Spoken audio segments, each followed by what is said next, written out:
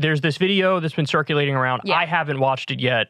I want to see it. You guys will get my, in real time reaction to it. You already covered this on Breaking Points, but apparently Rogan argued with somebody about abortion and it got heated. Yes. Okay, let's go ahead and take a look. You don't have the right to tell my 14-year-old daughter she has to carry her rapist baby. You understand that? To look that woman in the eye who was the born listen, of a rape. Do you understand that? That's a 14-year-old child. If a 14-year-old child gets raped, you say that they have to carry that baby? I don't think two wrongs make a right. I don't think that's murder. Not, I don't think murder that's is an answer to. I don't think murder fixes a rape. What if we're talking about an abortion when the fetus, literally, it's like 6 weeks, 4 weeks, 3 days? What if she just turned positive? Just now, positive for pregnancy. I just disagree that. What if it just happened today? You can draw a line on when. You can't. Once life has begun, I don't think you draw lines. At the very moment. I would lay it out like this. I would say, it is wrong to intentionally kill an innocent human life. Abortion intentionally kills an innocent human life. Therefore, abortion is wrong. And I don't think any of the examples of like, oh well, how developed is it? Can it think? Is it conscious? Can it dream? Can it feel pain? So for you, it's the moment of conception. I think that if it's a human life. A distinct human life, then I think it's wrong to end its life. And so you think that once the conception happens, there's some sort of a miraculous event, like at the very moment, like you could literally get to the point where the sperm cracks the egg. If you could scoop that egg out right there, would that be abortion? Well, I mean, at some point you're going to have to say there was a magic moment that happened because you believe that we eventually become valuable humans, right? So what do you think? I wish that went on because it seemed like he was coming in hard at the beginning and then towards the end he was just trying to feel out what this guy's actual position was. I think that's beneficial though because letting this guy explain just how radical and wild his views on this is enough. Well, he's just honestly what he's doing is he's just taking it to its logical conclusion. Yeah, I know. I'm pro-life. Well, when does life begin? Well, the moment of conception. So by that logic, the sperm cracks the egg. By that logic, pretty much the second you're done having sex, there's a third person in the room with full constitutional rights. That's the idea. So, and here's why, of course, this is a massive problem. People don't need me to explain this, but when you're talking about a gamete or a zygote or a pregestation fetus, or you're talking about, somebody taking the morning after pill or something, intuitively people grasp, that's not fucking murder. Yeah. What are you, a psycho? Yeah. That is literally categorically different. That's why we have different words to describe those things. That's why a gamete is a thing and a zygote is a thing and a pregestation fetus is a thing and viability later on. That's a thing. We have these terms for a reason.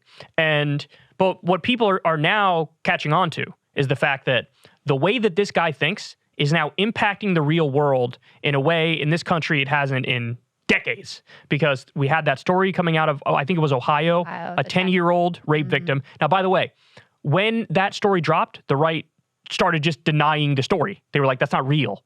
Come to find out, they arrested the guy, and it was real. Yeah. Okay? So, and that's how you know your position sucks, is that when the story comes out, you can't even, if you accept the facts of the story, you look like a massive monster. That's how you know your position is ridiculous. You can't handle the real world repercussions of the position that you are actively advocating for. Correct. But credit this guy. At least he embraces his insanity, all in. Right? By the way, this is he's with the Babylon Bee. That's who this is. Of course. I love how, it's funny. Like, conservative comedy struggles, I think. Maybe there's a little bit of it here and there that's funny, but mostly I don't think it's funny. And because at the core of it usually is beliefs like that. So if that's your framework from where you start, then you're usually not going to end up in very funny places. But I covered a story the other day.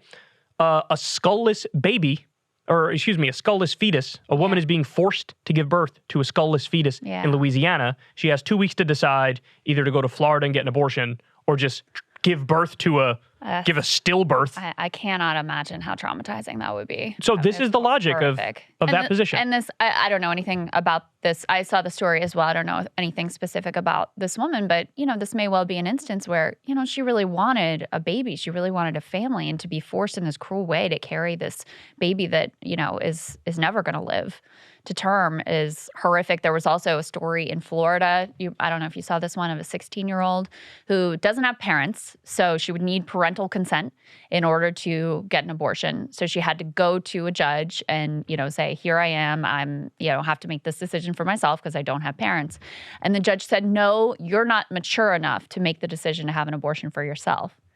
But you're mature enough to raise the kids? That's the implication, isn't it? It's so obnoxious. It really is. It is so really obnoxious. I want to particularly zero in on what he says there about like, well, there has to be a miraculous event that happens at some point where you say, okay, now this is a human life, and he's totally correct that it can be difficult to figure out exactly where you draw that line. But the fact that it can be difficult to say exactly this is the moment, this is where you draw the line, doesn't mean that you just go, oh, it's got to be, the minute you have sex, that's when it happens. There is an actual ability, I think, of the American public to hold the conflicting values and the gray areas and the messiness of this topic in their heads and come to relatively reasonable positions that do not have, that don't include extremist views like the moment the sperm cracks the egg, that's a human life, and your 14-year-old should be forced to carry their rapist baby to term. Yeah. Every poll on this, like the Pew Research poll, for example, that the most I don't know if it's Gallup or Pew, to be fair, but the most popular position is always like abortion should remain legal in most circumstances with some health regulations. That's the most popular position. And that touches on exactly what you're talking about, which is people sort of, I think, intuitively grasp the nuance of this, which is why Roe versus Wade was really popular. Well, what's Roe versus Wade? When you look at the details of that case, the first trimester, you have a right to an abortion. The government really can't intervene. The second trimester, they allow some health regulations. And then the third trimester, so like late term, is when individual states are allowed to if they choose to ban it. And then Casey updated that standard a little bit to viability. But to answer your question, or something that you said before, consciousness or the nervous system creation so that there's pain, those are the two lines that I think are reasonable when discussing abortion. So either, hey, if they can feel pain, it's a different moral calculation. That's generally how I react to it. But some people say, no, it's more, do they have consciousness?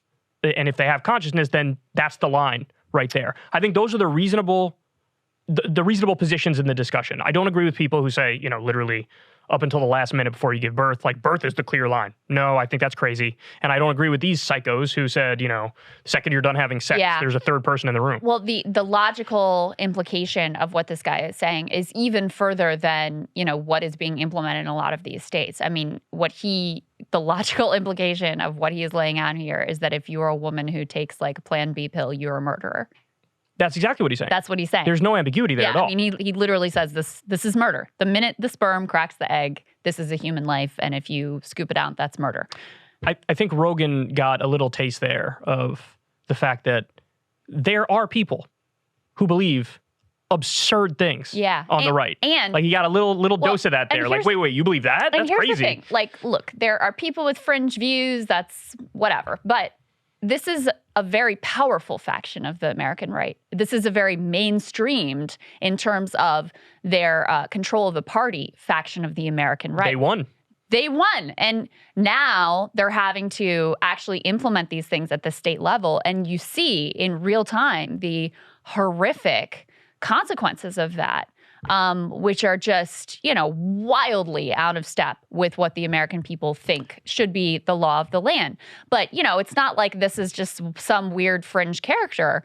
His view dominates in the Republican Party, at least in terms of their power structures, well organized, well funded, and they have won in terms of, that party apparatus. Now, that doesn't mean that all of the Republican base, in fact, we saw in Kansas, there were quite a few Republicans who crossed over to vote for the pro-choice position on that ballot initiative. So it's not to say that, every rank and file Republican holds this extreme view, but in terms of the pro-choice of the abortion policy in the Republican Party, these are the types of people who rule the day.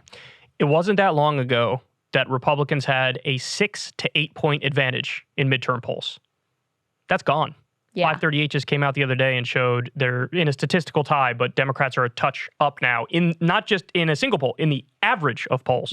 So that 6 to 8 point advantage is gonzo. And the first thing that changed the tides of it, it was Roe versus Wade being overturned, and then seeing all these extremist pieces of legislation popping up in all the different red states, and that started it. So it's also interesting too, Democrats are spending millions of dollars on the airwaves talking about abortion.